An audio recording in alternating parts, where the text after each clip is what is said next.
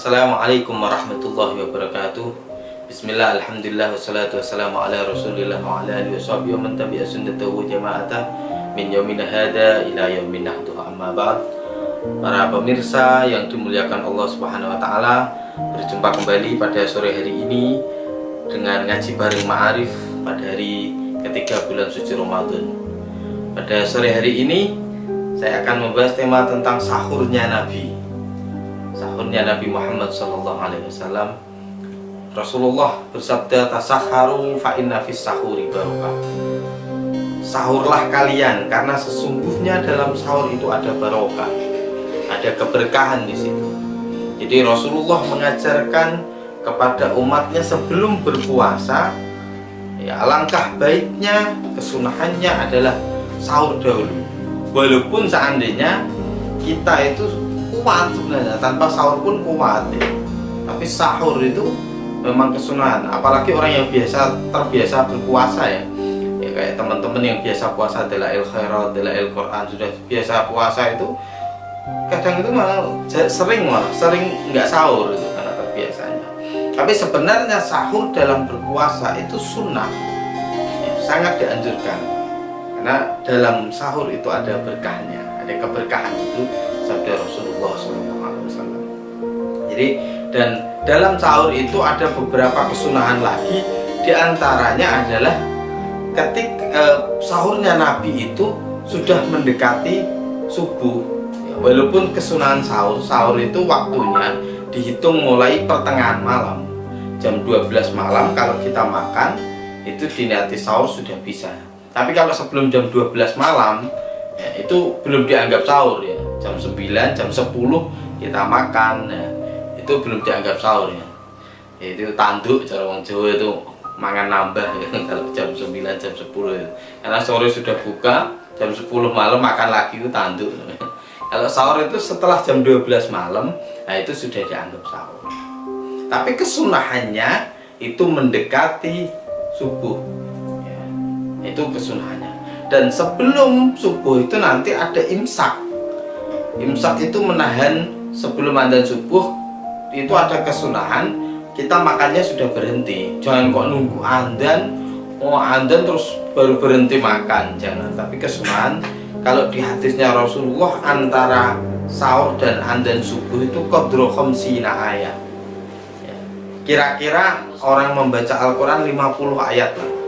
Kalau di kitab Taqriratus Hadidah diterangkan ruku sa'ah, kira-kira 15 menit ya, kalau ini kitab kontemporer jadi dijelaskan 15 menit sebelum adzan subuh ya, itu kalau bisa sudah berhenti untuk mengantisipasi daripada nanti pas adzan baru berhenti, belum minum belum apa ya, sereden nanti keselah itu ya.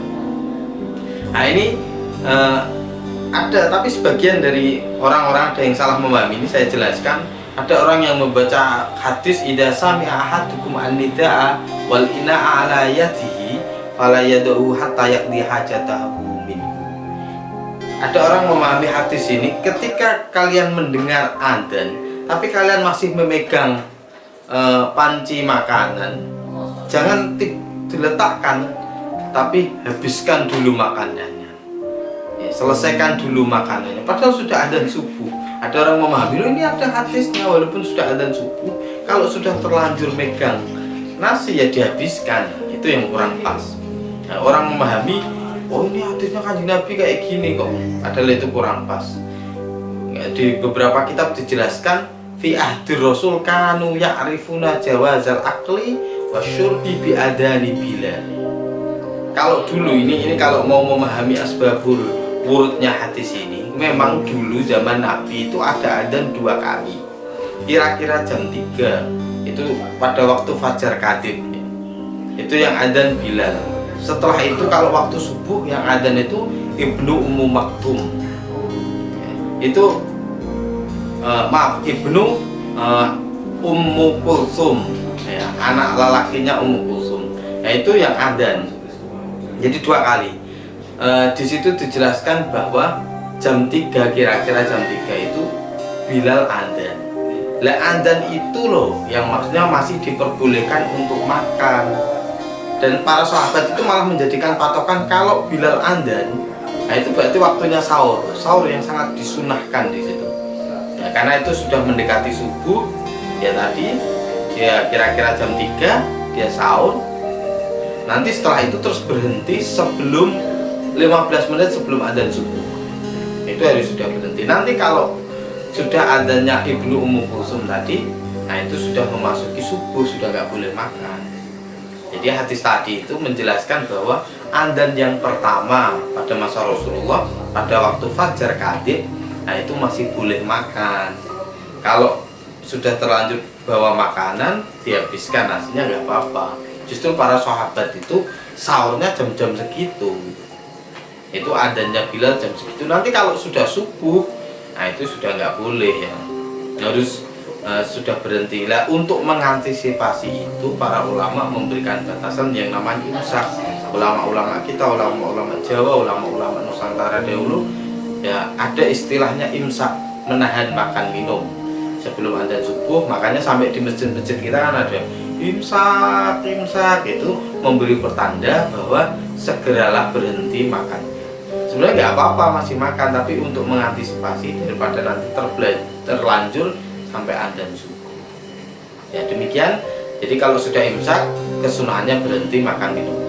Monggo minum dulu, setelah itu terus berhenti. Nah, itu demikian, semoga memberikan penjelasan, menambah ilmu, ada barokah dan manfaatnya. Apabila ada kekurangan, mohon maaf sebesar-besarnya. Akhirul kalam, wallahu muwaffiq ila aqwamit thoriq.